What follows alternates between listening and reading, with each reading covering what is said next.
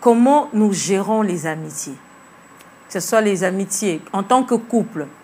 Avant de nous rencontrer, nous avions des amis, nous avions des connaissances, nous avions des personnes avec qui nous partagions nos passions, nous partagions nos centres d'intérêt, nous partageons nos vies. Et maintenant que je suis mise en couple avec la personne, comment gérer ces amitiés-là?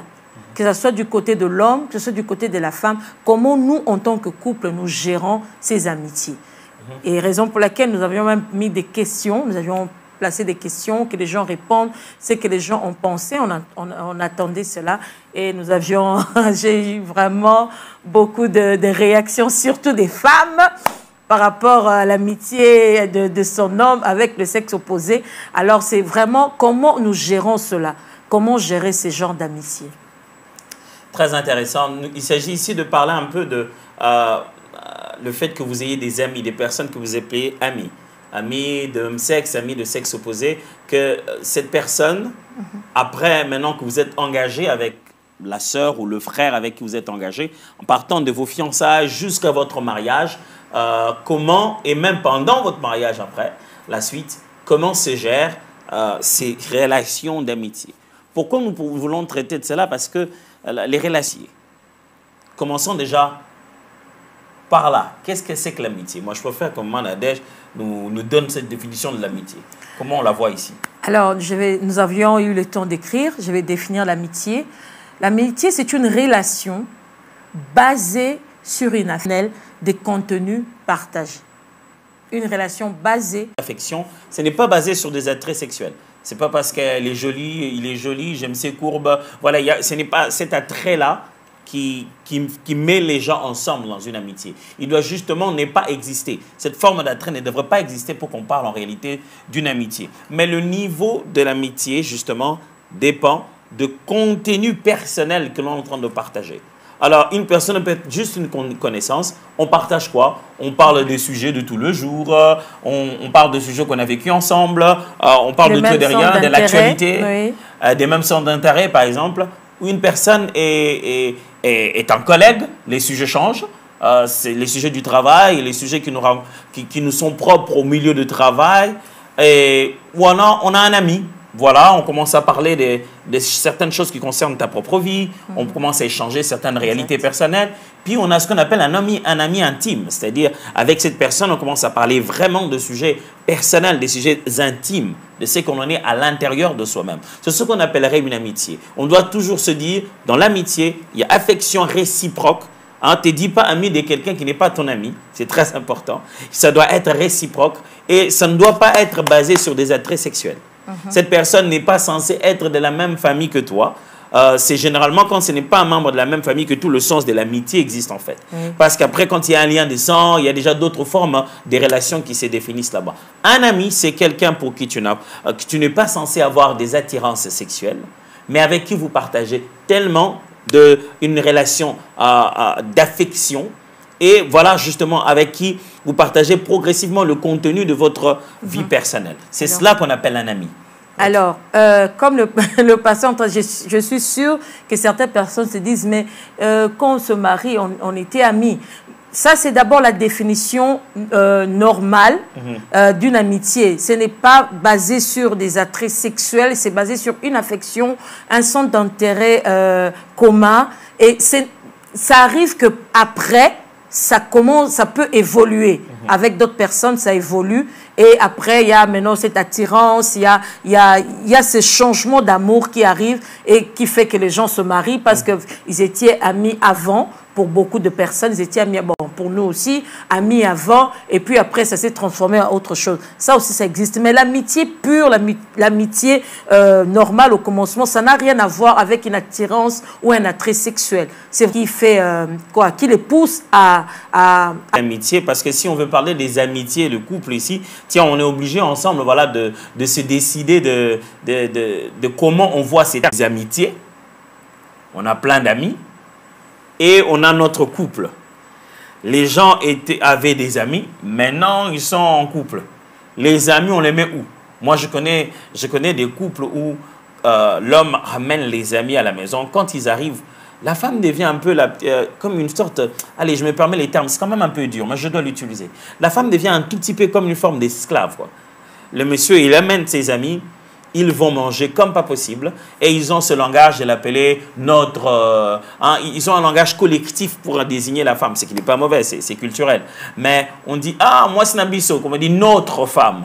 C'est la dame qui court dans tous les sens pour pouvoir remplir tous ses ventres. Et c'est comme ça chaque semaine. Quand ils arrivent, écoute, franchement, avec tes amis, oh non, tu m'as trouvé avec mes amis. Tu ne peux pas me séparer de mes amis. Ça, c'est une mauvaise femme. Elle veut me séparer de mes amis. Vice-versa. Hein. C'est pas que ça n'arrive pas qu'aux hommes, ça arrive aussi aux femmes. Exact. Alors, c'est ça on voudrait essayer de parler aujourd'hui. Mais pour cela, on va balancer quelques principes. Cette réalité d'amitié, c'est Dieu qui a dit ça. C'est dans le livre de Genèse. Avant de créer la femme, Dieu dit, il n'est pas bon que l'homme soit seul. Le but n'était pas encore le mariage. Le but, ce n'était pas d'abord de pouvoir lui créer une aide avec qui il va se marier. Non. Le but, c'était d'abord de lui créer une aide semblable. L'être humain, il y a plusieurs textes de la Bible qui confirment le fait que seul, on n'obtient pas le même résultat comme si on était à deux. N'est-ce pas, maman Nadège? Quand on est seul, quand on a un ami, le bon côté d'avoir un ami, c'est que si on tombait, il nous relève. Oui. Il n'est pas bon d'être seul. Exact. Il est bon d'avoir quelqu'un. Ecclésiaste dit quelque chose comme ça. C'est dans... Oui. Ecclésiaste 4:9, la Bible dit d'abord « deux valent mieux qu'un parce qu'ils retirent un bon salaire de leur travail. Et c'est déjà ça. Et puis Ecclésiaste 4:12 qui dit « Et si quelqu'un est plus fort qu'un seul, les deux peuvent lui résister. Et la corde à 3 fils ne seront pas facilement. Ne seront pas facilement. C'est-à-dire, lorsqu'on a avec soi-même quelqu'un d'autre, Dieu ne nous a pas créés pour qu'on soit des parfaits solitaires. Non. Dieu nous a créés pour avoir quelqu'un d'autre qui nous est semblable, quelqu'un d'autre qui nous est semblable dans la personnalité, quelqu'un d'autre qui nous est semblable dans les idées, quelqu'un d'autre qui nous est utile dans la vie à un parcours bien particulier. Et ça, c'est depuis l'enfance. À chaque niveau de notre être, on a besoin de quelqu'un avec qui l'on marche pour atteindre des objectifs. Un ami, un frère, quelqu'un, on a toujours besoin de quelqu'un. On ne veut pas se dire, alors je vais vivre sans amis. C'est faux. Ou je vivrai seul. Oui, et très souvent aussi, les couples se disent comme ça. Moi, des fois, les couples se vantent, se disent, moi, il n'y a que mon mari, je n'ai pas d'amis. Je n'ai que mon mari, il est mon seul ami. Il est mon seul ami. Votre mari ne peut pas écouter toutes vos histoires. Votre femme ne peut pas écouter toutes vos histoires. Tous les amis ne sont pas pour être des amis intimes. Alors, il est bon que vous puissiez avoir quelqu'un d'autre avec qui parler, quelqu'un d'autre qui ait des autres centres d'intérêt. On se mettra à parler d'un match de football, la dame serait partie. On se mettra à parler d'un film de novelas, voilà, elle serait revenue. Mais il y a des choses que vous ne pouvez parler qu'à deux, mais avec un ami, justement. Ça, c'est la première affirmation. Il n'est pas bon que l'homme soit seul. Dieu nous a créés pour qu'ensemble, à deux, nous soyons capables d'obtenir de meilleurs résultats que si l'on était seul. Excusez-moi.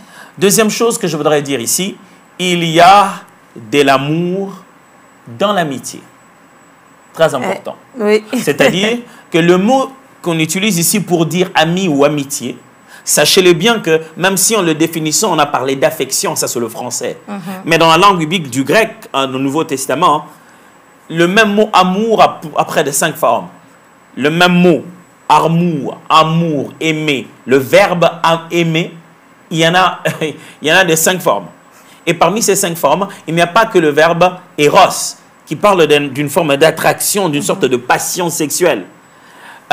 Non.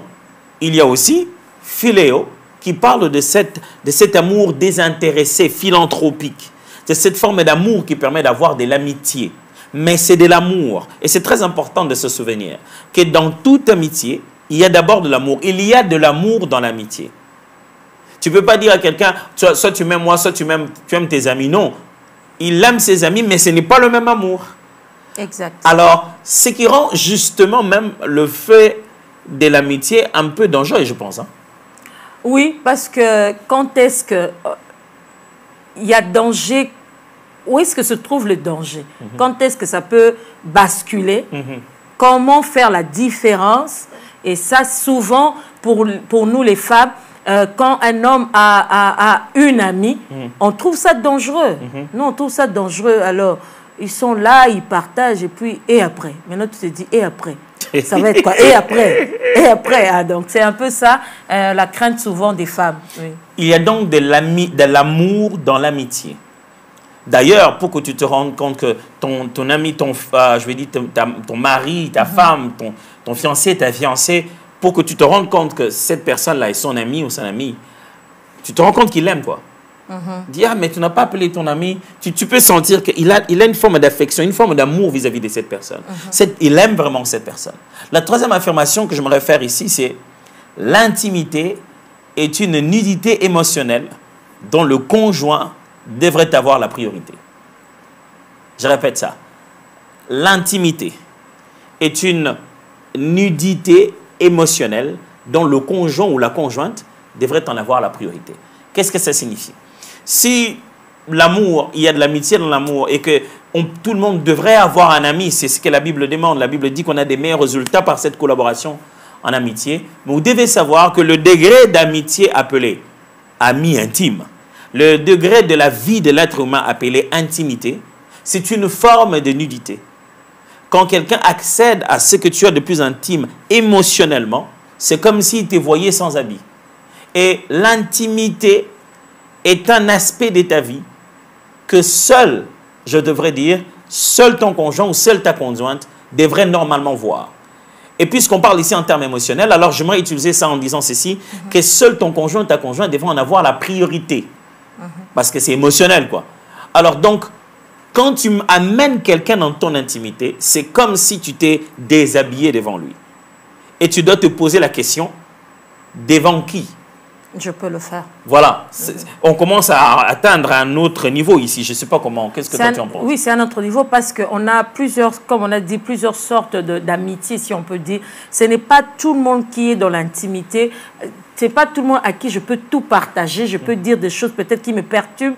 Excusez-moi, par rapport à ma relation avec mon mari, est-ce que j'ai quelqu'un à qui je peux me dévoiler ou bien dire que ces jours-ci, je ne comprends pas mon mari, soit il me demande telle chose, je n'arrive pas à le comprendre, on n'arrive pas à se comprendre, on n'arrive pas à trouver un compromis. Il faut avoir quelqu'un vers qui tu peux parler de ces émotions-là, les émotions dans lesquelles tu te retrouves. Est-ce que tu as quelqu'un avec qui partager? Parce que ce n'est pas le moment de le partager avec son mari, ça ne va pas marcher. Tu as besoin d'une aide, tu as besoin de quelqu'un d'autre avec qui partager certaines émotions lorsqu'elles arrivent dans la vie. Ouais, mais je me souviens très bien des fois où ma femme et moi, on a eu des différends.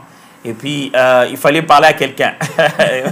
Et ma femme, elle dit toujours, mais parle-moi, je suis là. J'ai dit, mais et si c'est de toi que je vais parler? Je pense que l'amitié est une bonne chose, mais lorsqu'on atteint ce degré d'intimité dans l'amitié, vous devez savoir que vous êtes presque nus. C'est-à-dire, c'est une forme de nudité émotionnelle. Et c'est comme ça que quand vous avez... en parler comme ça avec quelqu'un, vous devez savoir que c'est cette partie de votre vie que vous avez donné priorité à la personne avec qui vous voulez maintenant être en couple. Vous commencez à atteindre justement la zone réservée qui fait la différence entre amitié et couple. Parce que plus vous grandissez dans votre vie, plus votre intimité devient précieuse. Vous ne pouvez la partager qu'avec une certaine personne avec qui vous prenez un engagement. Ça devient maintenant comme ça. Vous pouviez être amis à 12 ans, à 15 ans. Lui, c'est mon ami, on a grandi ensemble. Oui, mais vous aviez 15 ans, vous aviez 16 ans. Mon cher, tu as maintenant 32 ans, tu as 35 ans, tu as 40 ans. Il y a une partie de ta vie qui est très, très précieuse, que vous n'avez peut-être pas vécu ensemble avec lui. Et donc, du coup, c'est un degré que tu as pris engagement de ne partager qu'avec elle ou avec lui, que ni tes parents ne connaissent. Voilà, ta mère dit, moi je connais mon fils. Ou bien ton père dit, je connais ma fille. Mais ce n'est qu'à un niveau bien limité. Et le meilleur ami dit, je connais aussi mon ami. C'est aussi un niveau limité. Il faudrait finalement que celui qui connaît qui tu es, dans ta nudité émotionnelle, sentimentale, qui sait ce que tu es, pas ce que tu parais, pas ce que tu voudrais être, qui sait que tu aimerais avoir des bons muscles, tu es censé faire 100 pompes, mais tu n'en fais que 80. Cette personne est censée savoir. Et ça, c'est donc un domaine réservé qui fait qu'avec cette personne, vous entrez dans une forme d'amour et de relation appelée une relation de couple. Et maintenant, lorsque cette intimité est violée, c'est-à-dire que la personne qui est censée se sentir prioritaire commence à avoir l'impression qu'il n'est plus une exclusivité. Nous avons trouvé une solution. Il serait vraiment, comment dire ça, il serait important pour vous d'avoir un couple vers qui vous vous tournez, un couple sage, un couple discret, un couple que vous aimez, que vous respectez. Parce que souvent, il y a un problème dans le vraiment de la même manière que cette femme-là. Si je me fais bien comprendre. Alors, lorsque vous prenez un couple avec qui parler, chez qui vous confiez, chez qui vous pouvez recevoir instructions, conseils, même réprimandes, il serait bien que et l'homme et la femme apprécient les mêmes personnes.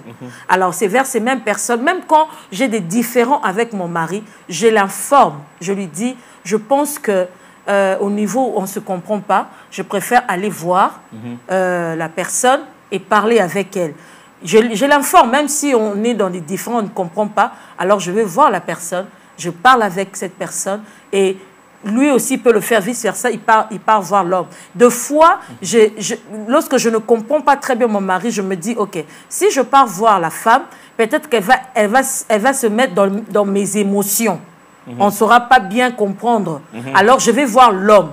C'est à l'homme que je m'adresse pour voir un peu, pour essayer de comprendre si je n'avais pas bien compris quelque chose que je comprenne. Alors, lorsque je me confie comme ça, lui, il me montre toujours un autre, comment dire, un angle de vue que je n'avais même pas soupçonné.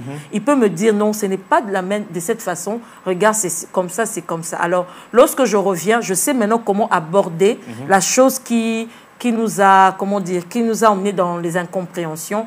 Et c'est vraiment très important. Vous ne pouvez pas vivre votre vie de couple qu'à deux. C'est impossible. Vous ne pouvez pas vivre votre vie à deux seulement. Non, nous comptons seulement sur le Saint-Esprit. Dieu a placé des gens autour de nous. Dieu a placé des hommes autour de nous pour nous aider, pour nous soutenir dans la prière, pour nous porter, pour nous enseigner, pour nous donner conseil. Et nous avions lu tout à l'heure dans Ecclésiaste comment la Bible elle-même nous pousse à avoir des relations d'amitié avec les personnes avec qui nous sommes.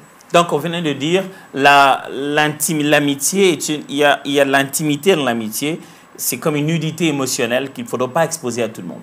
Ce qui signifie, j'insiste, quand on parle ici d'amitié, on ne parle pas que d'un homme qui a un ami femme ou d'une femme qui a un ami homme.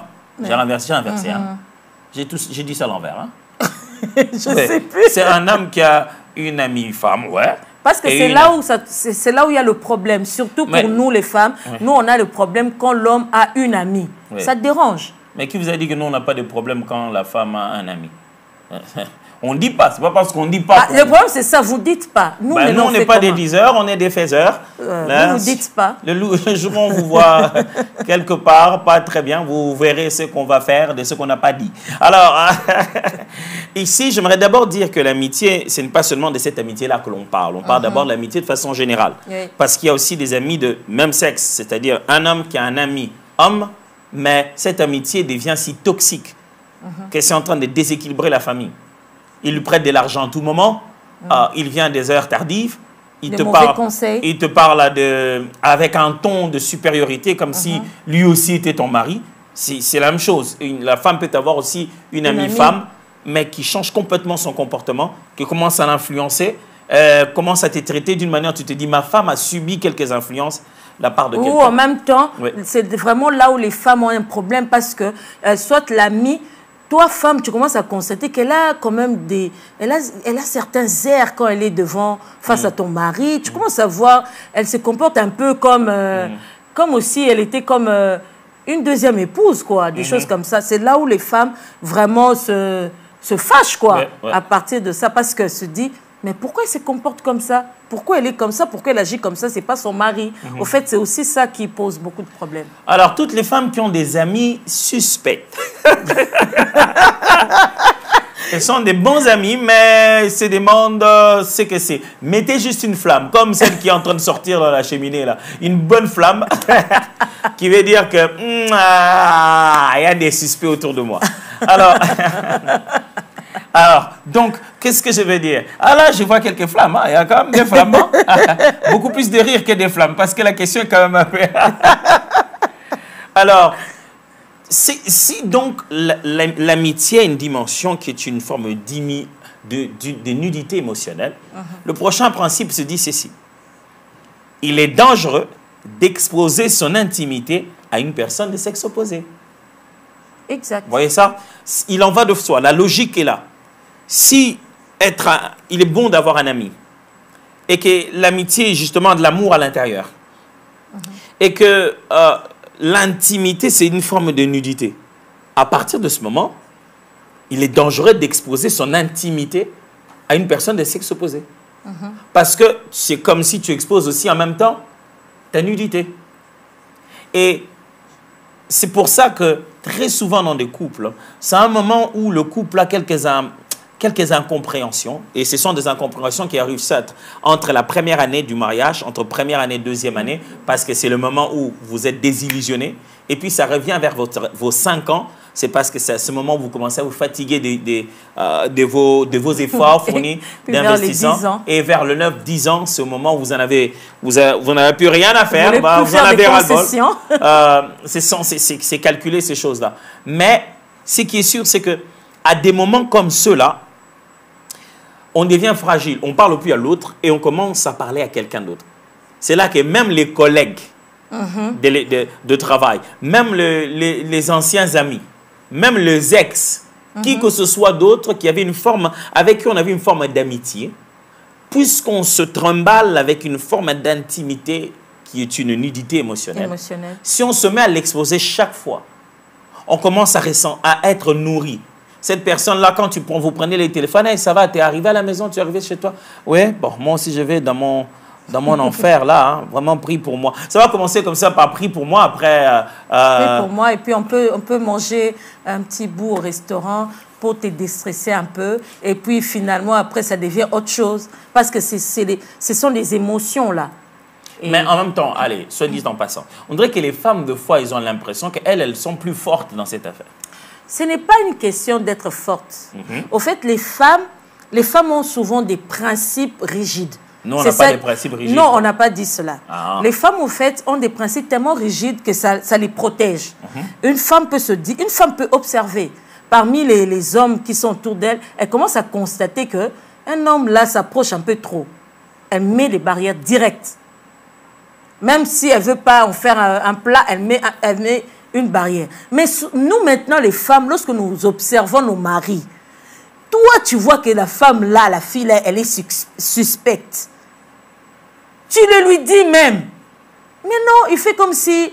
non, ce sont des barrières. Mais ce sont des barrières de couvre-feu des fois, c'est ça le problème. Mais... non, au fait, parce que les hommes, quand tu dis à ton homme, attention, ou bien je n'aime pas, je trouve que le comportement de telle sœur, de telle fille, de telle femme, je ne trouve pas ça très bien. Je trouve pas ça sain. Et l'homme, souvent, la réaction première de l'homme, c'est tu n'exagères pas trop, tu ne te fais pas trop des idées. Tout ça. Si ce sont les idées... Bon, je sais qu'il y a toujours des exceptions. Il y a des femmes qui sont, comment dire ça, hyper jalouses, même d'une fille de 4 ans. Donc, ça, je ne parle pas de ces exceptions. Mais je me dis, en général, nous, les femmes, nous avons une intuition vraiment qui vient du ciel. Amen. Nous avons vraiment... Dieu nous a dotés de cette intuition. Sinon, on va suspecter toutes les femmes autour. Mais il y a toujours, il y en a une, il y en a deux, que tu fais des efforts, ça ne marche pas. Tu trouves qu'il y a quelque chose qui ne va pas. Et ça, quand une femme sent des alertes, c'est vraiment des alertes vraies. C'est vous qui ne voyez pas toujours. Jusqu'au bout du précipice, vous vous sursautez. C'est ça, en fait, le problème. C'est pour ça que les femmes se plaignent. Elles ne veulent pas des filles autour du mari à cause de ça. Bon, j'ai juste entendu, ce n'est pas encore le moment de... Les femmes mettaient le feu. C'est pas encore le moment de riposter. Mais j'ai juste entendu. Alors, mais le principe qu'on débat ici, c'est le fait que si notre intimité dans l'amitié est une forme de nudité émotionnelle, Donc, ça devient dangereux de commencer à exposer cette intimité à une personne de sexe opposé. Pourquoi on place tous ces principes? C'est parce que ça anticipe déjà des questions du genre. Est-ce que je peux avoir à quelqu'un dans le couple, peut-il avoir une amie des sexes opposés? Alors, n'oubliez pas qu'on a parlé de l'amitié comme une forme d'affection, mais dont justement la valeur ou le niveau n'est pas du contenu. Alors, on a grandi ensemble, elle vraiment c'est mon amie, on a grandi, on a étudié en 5e, en 6e, en première, en 2e, en 3e, on a même présenté les examens d'État ensemble. Elle était ton amie. C'est pas qu'aujourd'hui vous rencontrez, demain tu commences à lui parler de notre vie. Et demain, déjà tu commences à parler de tout et de rien. C'est comme si tu te sens obligé de lui exprimer toute ton intimité. Et ça, c'est très important de voir cette différence. En même temps, je peux rentrer un peu aussi... Ah, l'écran s'est enflammé, on dirait. Oui, il y a beaucoup de feu. Vous voyez, les femmes sont derrière moi. Je peux rentrer un peu dans le live passé sur la communication. Il y a déjà des principes que vous deviez mettre en tant que couple. Vous ne pouvez pas parler de votre intimité en tant que couple à tout le monde, même à un ami, même à une amie. Vous devez avoir des personnes, moi je trouve toujours, ce ne sont pas vos amis, ce sont des personnes vers qui vous allez vous confier. Ce ne sont pas vraiment vos amis, vous allez en boum ensemble, ce n'est pas ça. Mais vous devez vous trouver un couple. Bon, je souhaiterais des couples un peu plus âgés que vous. Plus matures, en fait. C'est vraiment ce que je voulais dire, plus matures que vous, qui ont vécu, qui ont de l'expérience aussi dans le mariage et vers qui vous partez vous confier.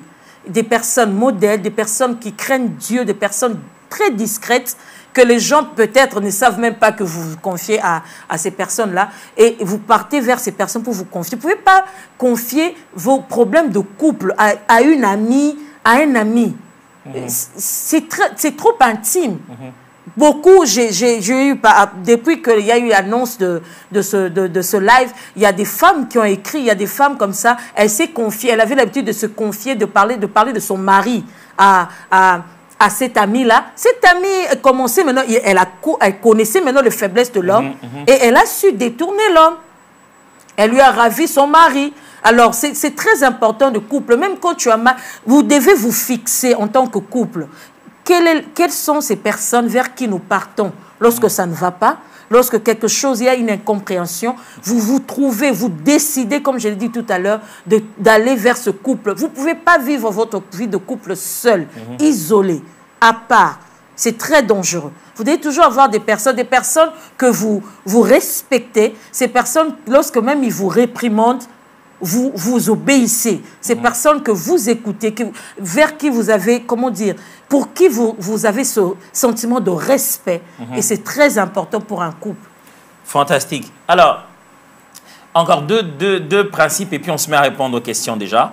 Le principe suivant dit ceci. L'amitié est un sentiment permanent et non une émotion passagère.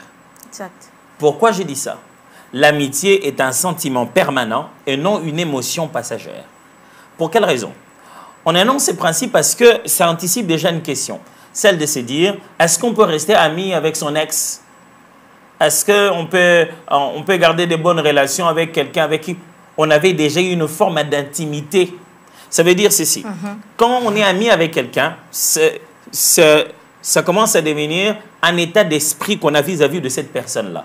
Qu'est-ce que l'on pense d'elle? Comment on se ressent quand on est en contact avec cette personne? Cette personne peut être partie pendant 10 ans. Le jour où on le rencontre, je suis sûr que vous avez déjà vu ça dans les aéroports, dans les endroits publics, des vieux amis qui se rencontrent et qui crient et qui éclatent de rire et qui s'embrassent fort. Oh! Pendant ces moments-là, les émotions se réveillent. Pourquoi? Parce qu'il y a un sentiment. Quand il le voit, il est content. Ce sentiment-là est resté en lui. C'est comme ça qu'il est devenu. Et c'est la même chose en matière d'ennemis. Quand il voit quelqu'un qui est un ennemi depuis l'enfance, dès qu'il voit les larmes couler de ses yeux qui rougissent, et il est mal à l'aise, il veut lui faire du mal. Pourquoi? Parce que c'est un sentiment qui est resté en lui. Alors l'amitié, ce n'est pas une émotion. C'est pas, moi on se voit, quand on se verra, je ne sentirai rien. Non, l'amitié n'est pas passée. Et vous n'allez surtout pas dire ça de quelqu'un avec qui vous avez non seulement été amis, pas seulement amis intimes, mais avec qui vous aviez tenté même de faire un engagement de couple, ou carrément avez fait un engagement de couple, même plus. peut-être avaient découvert ensemble la sexualité. C'est-à-dire que vous devez vous dire, nous devons nous dire tous ensemble que l'amitié, c'est un sentiment. Donc, lorsque tu te mets à t'exposer à nouveau à cette même personne, sache que tu es en train de nourrir ce sentiment-là des nouvelles émotions. Exact. Ces sentiments peuvent petit à petit commencer à s'extomper et à changer de forme, parce que les sentiments changent d'après les croyances qui sont à l'intérieur de nous, à changer de forme jusqu'à ce que ça redevienne une histoire. Mais si toi, tu te mets à nourrir à nouveau ces sentiments-là, sache qu'il va certainement reprendre toute son ampleur d'autrefois. Donc l'amitié n'est pas une émotion passagère. C'est vraiment un sentiment qui est à l'intérieur. Donc tu ne peux pas décider aujourd'hui, tu entres dans la vie de quelqu'un, tu te dis, c'est moi maintenant. C'est moi ou c'est personne. Et puis tu lui demandes de couper comme ça les sentiments qu'il avait vis-à-vis de ses collègues de classe, de couper comme ça les sentiments ou les souvenirs qu'il avait vis-à-vis de son ami de fac, de couper comme ça, juste comme ça, d'un coup, poum, il coupe tout. Ce n'est pas possible. Il faudrait donner à l'autre l'opportunité de voir, de redresser. Je veux dire quoi? D'aligner ces types d'émotions, des sentiments. Des rééquilibres. Voilà, c'est le meilleur terme. Ouais. Maintenant, on sait que c'est toi, la personne la plus intime, c'est toi, le monsieur le plus intime. Mais ces degrés d'intimité, il ne les vivra jamais avec cette autre personne. Mais permets-lui quand même de commencer progressivement à enlever dans cette amitié certaines choses qui ne peuvent plus rester là-bas. C'est dit non. Mais avec elle, chaque fois qu'on sortait du cours, on allait boire quelque chose. Maintenant, c'est plus possible, on boit à la maison. Et viens venir boire à la maison ou pas? Tu vois? Oh, chaque fois on sortait du cours, on allait boire, on s'est fait un coca là-bas et puis je rentrais à la maison tard. Ça, c'est vraiment derrière tout le monde à la maison s'est dit, donc tu étais encore avec elle. Donc elle et moi, quand on s'est rencontrés, on jouait toujours. On avait toujours notre jeu là. Allez, on s'embrassait très fort. Non, tu peux plus t'embrasser comme ça. Alors, mais ce sont de petites choses qui sont à la fois des réflexes, des petits trucs comme ça, qui demandent d'être enlevés progressivement. Mais il est important de savoir que c'est un sentiment, pas une émotion passagère. Mais déjà répondre à cette question, parce qu'on en est déjà là, je me demande d'abord, les femmes ou bien les hommes, déjà, comment vous pouvez continuer une amitié avec un ex ou une ex? C'est déjà exclu. Il faut arrêter ça. Il faut arrêter ça. Alors, donc, le dernier principe, avant que nous nous attaquions des réponses et des expériences personnelles, quelqu'un dans l'amitié, donc je vais dire, chacun de nous dans l'amitié, l'ami devient à l'image de celui que l'on fréquente. Ah oui. La Bible même le dit dans 1 Corinthiens 15, 33. 1 Corinthiens 15, 33, la Bible dit, ne vous y trompez pas. Les mauvaises compagnies corrompent les bonnes mœurs. Exactement. C'est-à-dire, si vous êtes entouré des personnes d'un mauvais comportement, ça va influencer aussi vos habitudes. Oui. La Bible donne plein de versets bibliques pour montrer l'influence que les formes d'amitié et les personnes avec qui vous êtes. Vous êtes avec un colérique, un coléreux en plus, vous allez avoir l'impression que sa vie de péché est une vie normale. La Bible insiste sur le comportement ou les valeurs de la personne avec qui vous voulez vous nouer d'amitié. Alors, imaginez-vous, pourquoi j'insiste que on devient à l'image de ceux que l'on fréquente. On devient à l'image de ceux que l'on fréquente. Pourquoi je dis ces principes? Parce que aujourd'hui, une femme qui te voit ou un mari qui te voit avec une femme et il voit ce comportement. Imagine-toi voir, oh non, c'est mon ami d'enfance, ça fait longtemps que je l'ai vu. Il la regarde, façon dont elle est habillée. On dirait qu'elle n'a pas fini de s'habiller, mais qu'elle était déjà sortie, mais avec des talons. Il s'est dit, tiens, c'est quoi ça?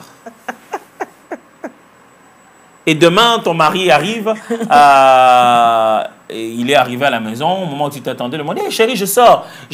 Mes amis, au moins, on devait aller se voir quelque part. Quel ami? Il regarde et a dit, t'as fini de t'habiller? Oh oui. Mais tu ne penses pas qu'il manque des choses? Tu dis non, mais c'est juste entre nous. C'est dit, non, ma femme n'était pas comme ça. C'est-à-dire, tout le monde craint à ce qu'on a bâti ensemble, ce qu'on fournit comme effort pour aider l'autre à devenir le meilleur de lui-même qu'il voulait devenir pour demain, soit facilement attiré en arrière pour hier. N'oubliez pas, vos amis, vous avez nué vos amitiés d'hier. Votre couple, vous avez nué des relations pour demain. C'est ça la différence. Avec vos amis, c'est votre passé qui vous lie. Mais avec votre époux, votre épouse, c'est surtout vos rêves d'avenir qui vous lient. Vous êtes en train de regarder ensemble, vous avez peu de passé, que vous êtes en train de bâtir ensemble aussi, mais c'est l'avenir que vous êtes en train de bâtir qui vous lie. Alors, quelqu'un qui sait les rêves, la personne que tu veux devenir, et qui s'est engagé à t'aider pour devenir cette personne, ne peut pas se sentir à l'aise de voir quelqu'un qui sort de nulle part pour te ramener à ce que tu n'étais plus. Quelles que soient les raisons que tu vas lui donner, ça ne tient pas debout. On devient à l'image de ce que l'on fréquente. Je ne sais pas ce que tu en penses. Je pense exactement la même chose parce que nous influençons, même inconsciemment. À force de fréquenter quelqu'un, la Bible est claire dans 1 Corinthiens, il y a beaucoup de versets qui parlent de cela, même dans Proverbes, comment on dit que vous avez beaucoup d'amis pour votre malheur et tout ça. À force de, excusez-moi, à force de fréquenter une personne, vous commencez même à copier, même inconsciemment, même si vous ne les définissez pas clairement dans votre tête vous-même, vous commencez même à copier certaines choses, certains comportements de cette personne. Alors, si cette personne n'est pas une bonne personne, n'est pas quelqu'un qui craint le Seigneur, n'est pas quelqu'un qui respecte ce que la Bible dit, ce que la parole de Dieu demande, cette personne n'a pas une bonne moralité, cette personne, ce sera très difficile. Vous commencerez à copier, mais à copier quoi? À copier quoi? À copier les mauvaises choses. Nous avions dit tout à l'heure, nous avions lu dans Ecclésiaste 4, 9, nous avions lu dans Ecclésiaste, vous pouvez prendre 9, 10, 11, 12, vous allez lire. La Bible nous pousse même à avoir des amitiés, comme je l'ai dit tout à l'heure. Mais la même Bible aussi, dans 1 Corinthiens 15, 33, nous dit que la mauvaise compagnie corrompt le bonnes mœurs. Il faut faire attention. Il faut faire une sélection. Les connaissances, on ne les choisit pas. On s'est connu par une circonstance ou bien au boulot. J'ai un collègue, je n'ai pas choisi d'avoir ces collègues-là. Mais les amis, on les choisit. On les sélectionne. Cela est très, très important. Cela est très, très important. Sinon, ça sera vraiment pour votre malheur, comme la Bible le dit. Alors, le couple et les amitiés, vous êtes en train de suivre Couplet. Couplet, c'est... On a passé du temps, ma femme et moi, pour essayer de savoir comment on va commencer à appeler ces rencontres. Excuse-moi, il y a des poils de... Oh, c'est mignon. Non, non, c'est ça. Ah ouais. Voilà. On a cherché comment on devrait appeler ces réunions. On s'est dit, bah, en bon musicien, il y a des refrains, il y a des couplets. Et couplet, ça va très proche avec couple. Hein. C'est comme si, voilà... le couplet, c'est la partie que l'on chante très souvent seul ou en duo. Et puis le refrain, c'est après là qu'on permet à tout le monde d'accéder. Et c'est la partie où on révèle progressivement le narratif du cantique. Alors c'est pourquoi on a appelé ces rencontres avec les couples couplets. Et couplets, aujourd'hui, nous sommes en train d'apprendre ensemble, de partager sur le sujet les amitiés dans le couple. Vous êtes sur la chaîne YouTube de Atoms et Nadège. On est très heureux de vous avoir. N'hésitez pas, pendant que vous êtes en train de nous suivre, allez dans la cloche de notification si vous êtes déjà abonné. Commencez d'abord par vous abonner. Deuxièmement, allez dans la cloche de notification.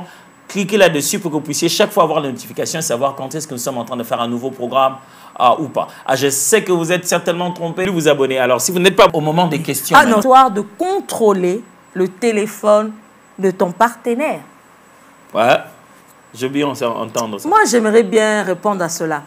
Parce que souvent, on entend les hommes dire « Non, ma femme veut toujours contrôler, voir mon téléphone. » Au fait, il y a déjà un petit problème, pour moi personnellement. Contrôler, c'est ce mot-là, contrôler, que je n'accepte pas.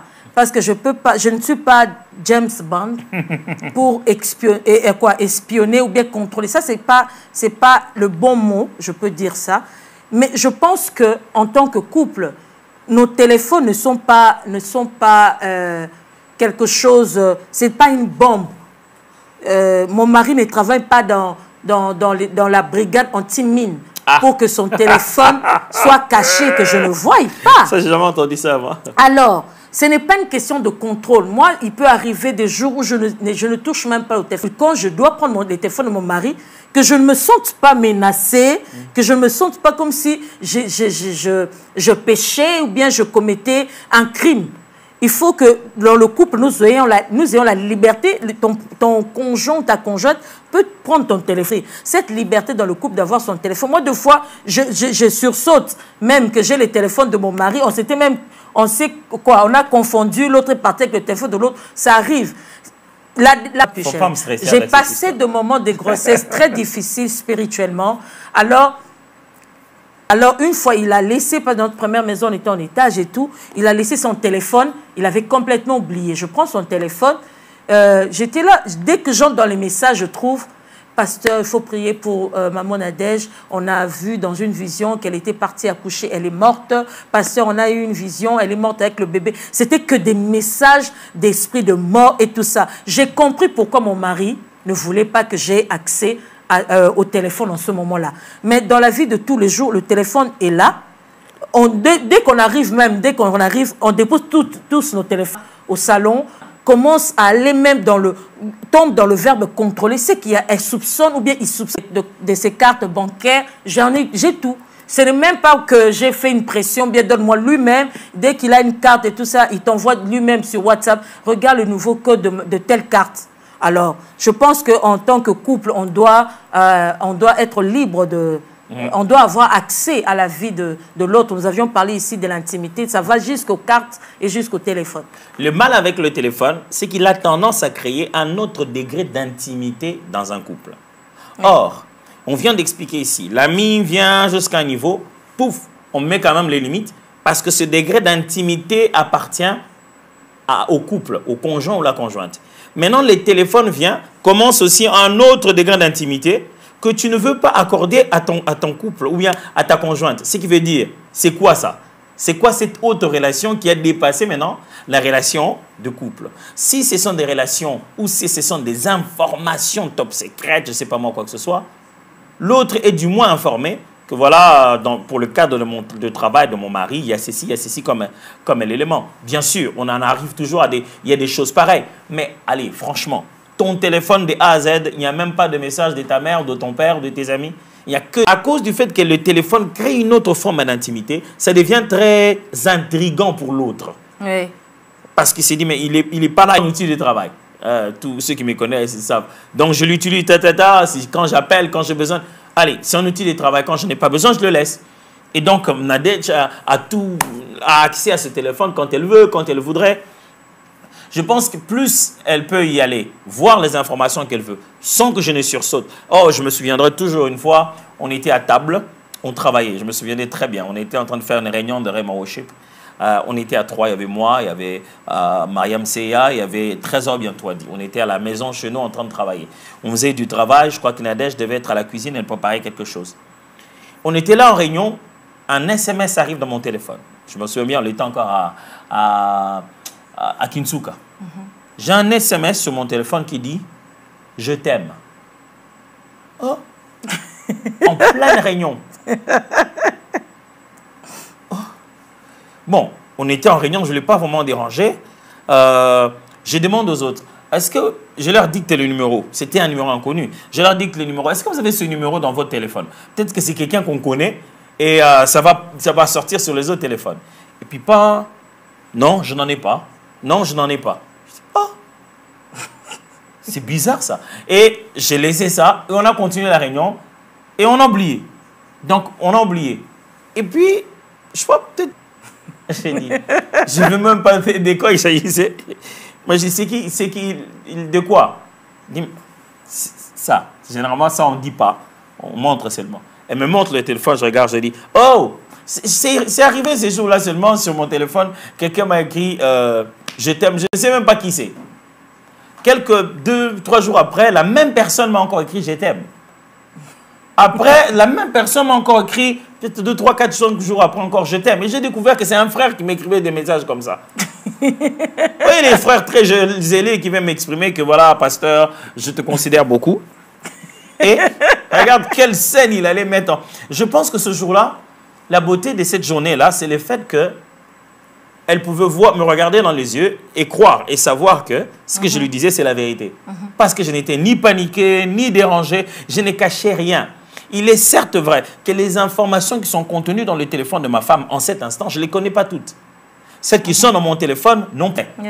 Mais ça devrait être un endroit où l'autre a la liberté de pouvoir accéder. Oui. Là où ça devient mal, c'est là où on utilise le mot contrôler, comme on venait de l'utiliser tout à l'heure, où on est à la fille du téléphone de l'autre, dès qu'il le laisse, on commence à chercher. Ce qui veut dire que l'état d'esprit dans lequel on va chercher le téléphone fait que tout ce qu'on trouve là-bas peut devenir un problème. Au fait, chérie, il faut dire aussi je vois souvent les hommes dire non, ma femme, elle a une jalousie maladive, elle contrôle tout. Vous savez aussi, il faut rentrer en arrière. Est-ce que quand vous aviez connu votre femme, est-ce qu'elle était comme ça? Vous ne voyez pas peut-être que si elle a ce genre de contrôle, c'est parce que vous lui avez, comment dire, emmené là. Si vous aviez la liberté de laisser ce téléphone, si vous lui avez laissé la liberté d'avoir accès à votre téléphone, vous allez voir que si elle a la liberté, moi je peux faire plusieurs jours sans toucher au téléphone parce que j'ai la liberté. J'entre dans son téléphone quand je veux. Alors ça peut faire des jours où je n'ai même pas accès. Lorsque vous condamnez votre femme de vouloir contrôler, regardez-vous vous-même. Quel a été votre comportement par rapport à cela? Vous avez poussé peut-être votre femme, parce que c'est souvent les femmes, on se plaint des femmes est-ce qu'elle en est arrivée là? Si vous laissez la liberté, vous laissez votre femme libre de toucher votre téléphone, d'avoir accès à votre téléphone, vous verrez que cette femme n'est pas comme vous le pensez. Elle n'est pas aussi, elle ne cherche pas le contrôle à tout moment. Mais il est important de noter et d'insister que le téléphone, surtout dans ce cas ici, le téléphone appartient à l'individu. On ne peut pas appeler votre femme ou votre mari et vous prenez. Non, non, non. Ce n'est pas comme ça que ça se passe. Vous devez être capable de recevoir de lui une orientation ou quoi que ce soit. Allez, j'ai comme ça, mon patron m'appelle. Allô? Et ma femme répond oui. Et c'est sa femme. C'est irrespectueux. Elle dit bonjour. Oui, bonjour monsieur, puis-je vous aider? Je voulais parler à monsieur Atoms. Oui, je suis sa femme, que puis-je faire pour vous, vraiment, franchement? Vous n'êtes pas, un bureau, finalement. Vous êtes sa femme. Ça signifie que vous n'êtes pas capable de... Voilà, vous n'êtes pas devenir. Il ne faudrait pas non plus que le téléphone de ton mari ou de ta femme soit comme si tout le travail, les bureaux, là où il travaille, tout le monde sait que si on envoie un message sur son téléphone, sa femme verra. Il y a des moments où on a besoin de te dire quelque chose à toi et à toi seul. Ce qui signifie que même si ce n'est pas un endroit caché, mais c'est d'abord un instrument personnel que tu utilises pour toi-même. Et deuxièmement, dans cette dimension personnelle, ça ne doit pas créer une intimité telle que ta femme ne puisse pas y accéder. Deuxième question. Est-ce que la femme mariée doit elle aussi avoir des amis? Ah, la femme, c'est vous les femmes. Bien sûr, nous avions parlé tout au long ici de la première partie, nous avions parlé de l'amitié, nous avions dit comment dans Ecclésiaste, la Bible même nous pousse à avoir des amis tout autour parce que la vie, elle ne se vit pas seule. Vous avez toujours besoin que quelqu'un à un moment de votre vie qui vous donne tel conseil, quelqu'un avec qui prie avec vous, qui peut porter vos fardeaux, ça c'est très important. Là, je ne parle pas de, comme je l'ai dit tout à l'heure, d'avoir un couple modèle vers qui vous partez pour vous confier, demander conseil. Mais l'amitié doit exister. Une femme mariée peut avoir des amis. Comme je l'ai dit tout à l'heure. Des amis garçons, c'est ça. Des amis garçons. C'est amis. Ah, toi, tu dois répondre. Moi, j'ai plus d'amis garçons filles.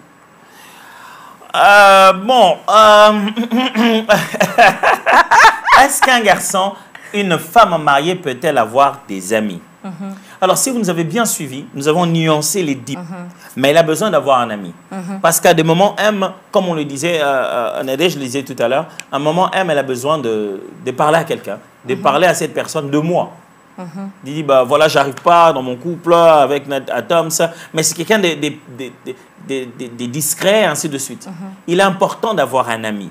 Même une femme mariée peut avoir un ami. La question est, comment se vit cette relation-là? Exact. C'est-à-dire qu'on ne doit pas nous tous commencer à se rendre compte que voilà, tu es ton ami. Je te dis quelque chose, je dois appeler d'abord mon ami. Ah, mon ami et moi, on devrait... Non, non, non, attention, vous ne pouvez pas vivre votre amitié comme si ton ami était ton intime. Mais il y a deux intimes maintenant à la maison. Ce n'est pas possible. Je ne peux pas rentrer à la maison, te trouver là, couché sur ta chaise. Chérie, ça va, tu es arrivé? J'arrive, hein? La nourriture est à table. Vas-y, tu disais oui, moi c'est mon mari qui est arrivé. Franchement, je commence par couper l'internet, sortir la SIM carte. Non, c'est pour rire. Mais ce qu'ils avaient simplement dit... Comme elle avait vraiment des bonnes intentions dès le départ, elle s'est dit, j'aimerais m'approcher aussi plus, connaître un peu plus ses amis et tout ça, m'approcher, surtout des amis filles. Elle s'est dit, bon, elles sont femmes comme moi, ça serait bien pour moi de les personnes bien, que Marie apprécie. Alors, dans sa quête de vouloir s'approcher de ses femmes, ça fait mal. Vous voulez que cette femme maintenant, comment cette femme peut accepter que son mari maintenant ait une amie fille? Parce que comment moi je veux m'approcher? Parce que sans intention. Alors cette personne me dit, maman Nadège, c'est quand même logique que je n'apprécie pas, que je n'apprécie plus, parce que je veux m'approcher. Les filles me font sentir que elles veulent pas devenir amies avec moi, ou bien elles me font sentir que leur ami c'est mon mari, c'est pas moi. Alors pourquoi moi je laisserai alors mon mari continuer dans cette relation? Ouais. Alors. Ma femme, elle avait beaucoup d'amis garçons. Je l'ai trouvé. La grande partie de ses amis garçons venaient des SOS. Il y avait Massamouna. La grande partie des amis de ma femme, c'était des garçons. Bien, je connaissais bien sûr son amie Gisèle. Et bien sûr, sans oublier tous les Akuponda, tous les Kituki là. C'est pour ça qu'il s'appelle les Tukiti là aussi. Bons amis à Nadège. Ce que vous devez savoir en termes de couple, c'est que vous aurez beaucoup de points communs avec les amis de votre conjoint. C'est-à-dire que la raison pour laquelle... C'est une personne qui a réussi à vivre longtemps avec elle. Vous voyez, c'est déjà qu'elle doit avoir certaines choses que fondamentalement vous avez. Donc, vous aurez toujours de points communs, des caractères surtout. C'est on rendra compte que, il est intelligent, donc, je me suis rendu compte que le premier élément que je rencontrais dans tous les amis de Nadège, c'était des garçons intelligents, qui raisonnaient. C'est des gens qui avaient des rêves et qui voyaient l'avenir. Et j'étais en train de me poser les questions. Si ces gens-là sont ses amis, ça dit qu'ils ont des points communs avec moi. Il est parti sur des critères communs. Alors, donc, j'ai appris à venir dans les réunions, les rencontres. Au début, j'étais timide, j'observais tout le monde. Et puis, j'ai réussi à me faire mes propres relations personnelles avec les amis de ma femme.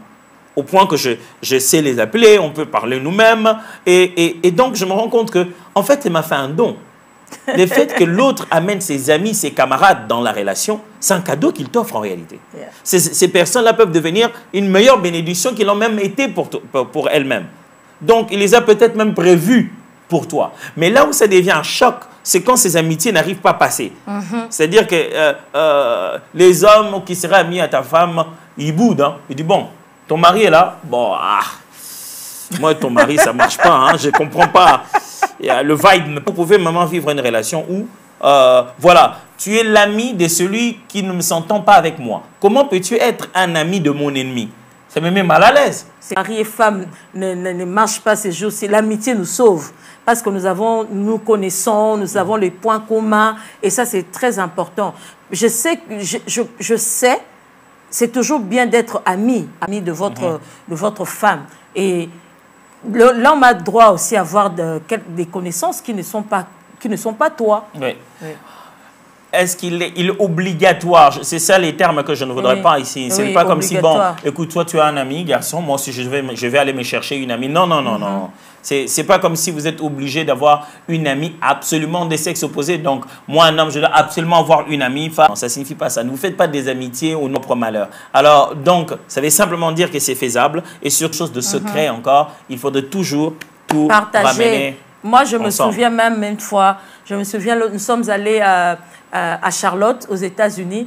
Mes amis étaient là. Il y avait 2 de mes amis garçons, bien sûr. Il le sait. Ils étaient là. Ils m'ont amené dans un coin. C'était Tivouadi et Didier. Oui. Nous sommes allés dans un coin. Ils m'ont amené dans un coin. Ils m'ont dit, au fait, Nadège. Bon, c'était bien en lingala. Il disait, tu es là pour la pambaté. Toi, tu es notre ami. Maintenant, ton mari est pasteur. On ne va pas les laisser comme ça. On doit l'utiliser. En fait, ils ont organisé une prière. Dis-lui de venir.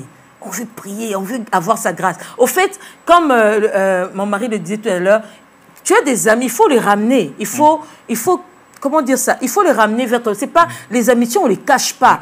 Ce sont mes amis. Comment tu peux avoir des amis que tu caches, dont ton mari n'a pas accès? C'est pas normal. C'est pas normal. Et les amitiés sont des véritables investissements dans un couple. C'est vraiment un cadeau, c'est vraiment un don.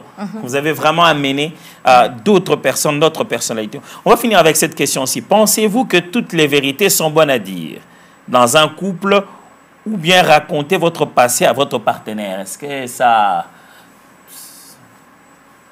moi, je pense que c'est très important de se raconter notre passé. Sinon, un jour, c'est même pas pour ça. C'est seulement d'abord, c'est premièrement pour mieux se connaître. pour connaître aussi l'autre. Parce que si vous ne connaissez pas dans quoi elle est passée, dans quoi il est passé, vous ne saurez pas de fois lorsqu'elle aura une réaction quelconque, vous ne saurez pas toujours comment lui venir en aide. Mais si vous connaissez son background, vous connaissez son passé, c'est par quoi elle est passée ou bien il est passé, ça serait un atout pour qu'il t'aide, pour qu'elle t'aide aussi. Alors moi, je pense que c'est toujours bien de parler, de raconter sa vie, son passé, vice-versa, que ce soit la femme, que ce soit l'homme, pour vous aider. Et puis en même temps, il y a des gens qui sont mal intentionnés, qui voudront peut-être lui lancer ça sur le visage, bien lui lancer sur le visage de sa femme, de votre femme ou bien de votre mari. Alors il serait bien que vous connaissiez et vous racontiez votre passé afin qu'il n'y ait pas de mauvaises surprises. Oui, je le pense aussi. Il vaut mieux dire la vérité maintenant, que tout le monde sache la vérité, parce que le moment où l'autre va découvrir la vérité, vous ne vouliez pas mentir, mais du coup, vous devenez menteur. Oui. Et tout ce que vous aviez dit avant devient des demi-vérités. On ne sait plus vraiment vous faire confiance à 100%. Et comme Nadège l'a dit tout à l'heure, on risque de lui balancer ça un jour sur le visage. À un moment, il ne pouvait pas s'imaginer, quoi. On lui balance un jour comme ça, là. Ah, mais est-ce que toi, tu sais, c'est ce que tu sais, c'est là. Du coup, il se sent trahi. Il vaut mieux qu'une personne connaisse la vérité et du mal à l'avaler, jusqu'à s'en habituer, que de pouvoir recevoir ça sur le visage à un moment où on s'y attendait le moins. Vaut mieux dire la vérité. Le tout est dans la manière dont on présente les faits, le tout est dans la manière dont on partage le contenu de ces informations. Mais en même temps, l'homme, en fait, l'homme se sent blessé parce que bien la femme se sent blessée parce qu'elle n'avait pas connu cette partie et que ce soit quelqu'un extérieur à votre couple qui le lui dise. Mais en même temps, l'homme ne peut pas toujours se sentir trahi parce que ça fait partie du passé de quelqu'un. Bien sûr. Ça fait partie du passé de la femme, ça fait partie du passé de l'homme. Alors, c'est toujours bien de parler, de se dire la vérité pour ne pas vraiment avoir de mauvaises surprises après. Mon conseil à moi pour ça, ce serait ceci. Lorsque vous êtes des fiancés et un plan, les fiançailles, c'est vraiment l'étape d'étude. Ne soyez pas que émotionnel, soyez stratégique. Quand vous êtes dans les fiançailles, je ne peux pas me mettre à te raconter toutes mes vingtaines d'années ou mes trentaines d'années avant qu'on puisse se rencontrer. Franchement, je ne vais pas te dire, quand j'avais 1 an, j'avais 12 ans. Non. Mais les types de questions qu'on se pose, les formes de conversation que l'on a, c'est ce qui permet de creuser du contenu. C'est pourquoi ne vous rencontrez pas seulement dans un restaurant pour manger. Oui. Venez dans ce restaurant en se disant, on va manger, on va parler de tout et de rien. Mais aujourd'hui, je tiens à ce que nous puissions exploiter le domaine de... Ma femme est en train de rire parce que... Je ris parce que je viens de me souvenir de quelque chose. Faut pas dire ça. Les fiancés, ne passez pas seulement votre temps au restaurant, vous regardez quand on dit ça, dans le noir des yeux là. Il faut passer du temps à parler, à beaucoup partager sur vos familles, sur toutes ces choses. Hein. Parler, c'est très important. Moi, une fois, je suis arrivée pour rendre visite à mon fiancé. Oh, on riait de tout, de rien. Je vois, c'est où mon fiancé s'est penché. Il sort un carnet. Et puis, il me dit, au fait, j'avais prévu quelques questions. J'avais peur d'oublier. Alors, j'avais prévu des questions à te poser pour qu'on en discute. Moi, j'étais carnet. Ah, mon Dieu, je ne me suis pas trompée. Hein. C'est vraiment lui l'homme de ma vie. Des carnets pour parler. Alors, il avait vraiment noté, et c'était sérieux. Hein. Il avait noté des questions et puis il me pose la première question. Quelle est cette chose, papa, que tu as constatée dans ta famille à toi? Tu peux me raconter? Ah, j'ai commencé à répondre. J'ai dit, bon, s'il est comme ça, l'homme que Dieu m'a donné, bon, allons-y. Les mettre ça où? On sait. Cela est très important. On peut parler de nos familles et on trouve qu'il y a quelque chose, il y a une répétition. Dans ma famille, il y a telle chose qui se répète. J'ai vu ça plusieurs générations. Oh, dans l'autre famille et tout ça. Lorsque nous sommes au courant de cela, nous partageons avec la personne que le Seigneur nous a donnée à côté. Nous nous mettons à prier. Nous nous disons, nous donnons un target. On prend 3 jours de prier pour telle chose que tu as constaté dans ta famille et telle chose que moi j'ai constatée. Nous nous mettons à prier pour ça. Les fiançailles ne sont pas là seulement pour aller au restaurant, pour aller manger des shawarma. Le fiançailles, c'est fait aussi pour prier, partager des choses, partager des informations afin de prier pour cela. Cela est très important. C'est très, très important, on insiste encore. Il est bien de se parler, de se dire le passé, et d'avoir une stratégie pour aller vers le passé. C'est ce que j'aimerais dire ici. Vous n'irez pas vers le passé de l'autre comme ça en se disant « mais ça, tu ne m'avais pas dit ça. Je ne suis pas là en train de me dire « bon, aujourd'hui, je vais lui dire quoi ?» Non.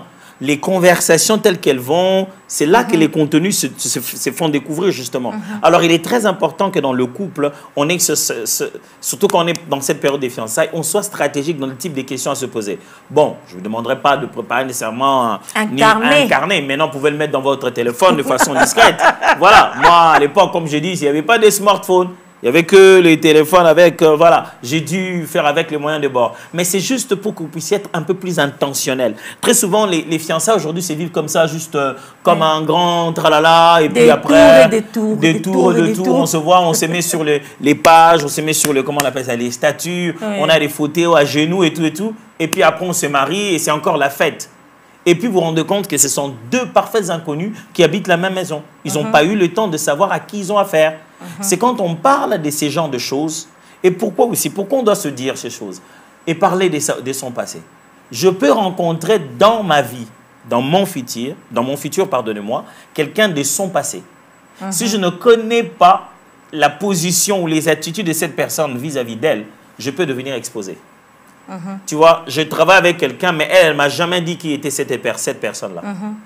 Je peux commencer à... Je ne comprends pas pourquoi la personne ne m'aime pas ou bien me met des crocs en jambes, des trucs comme ça. Je ne sais pas qu'est-ce que j'ai comme problème en réalité. Elle sait.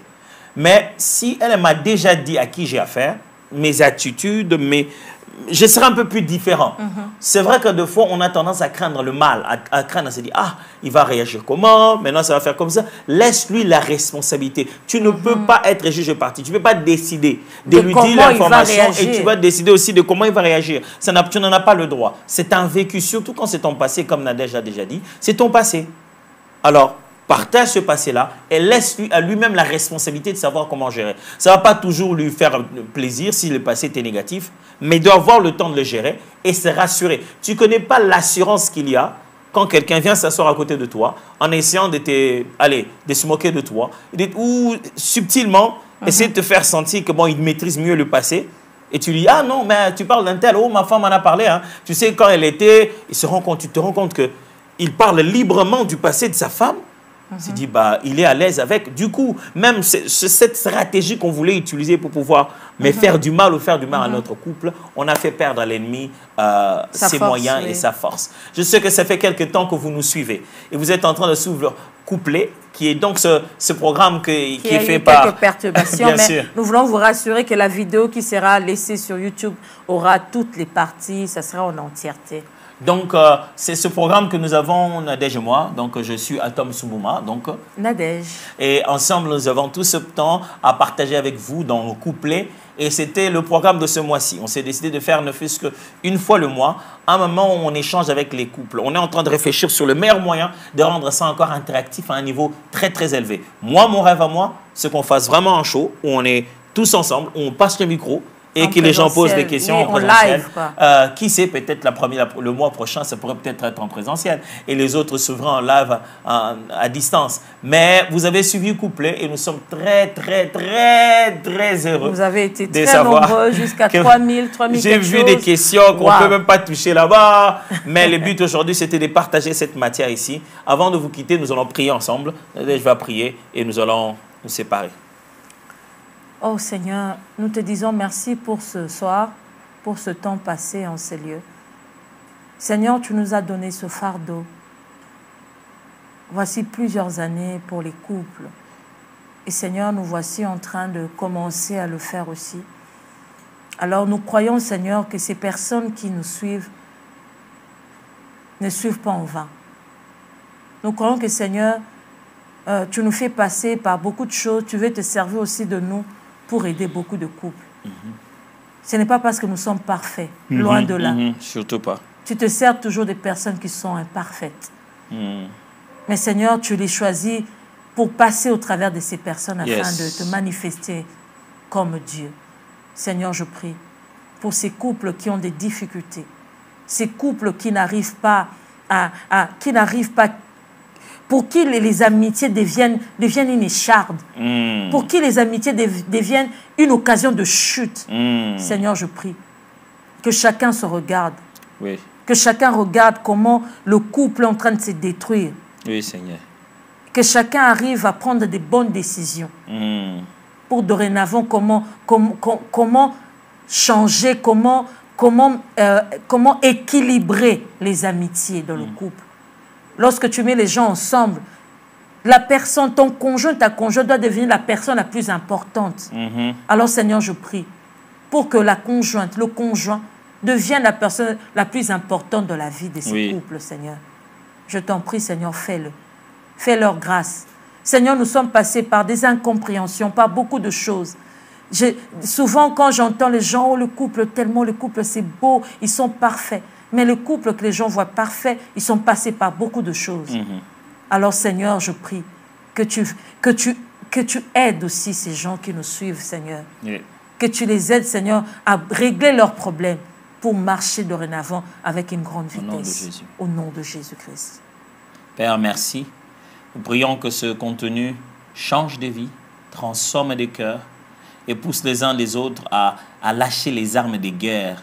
Le couple, ce n'est pas une bataille, c'est une bénédiction. Donne-leur, Père, de prendre tout comme une bénédiction. Au nom de Jésus. Amen. Amen. Alors, c'était Atom Senadej, c'était couplé. Nous sommes très, très heureux de vous avoir, de savoir que vous étiez là. Que Dieu vous bénisse et très bonne semaine à vous tous. Très bonne semaine.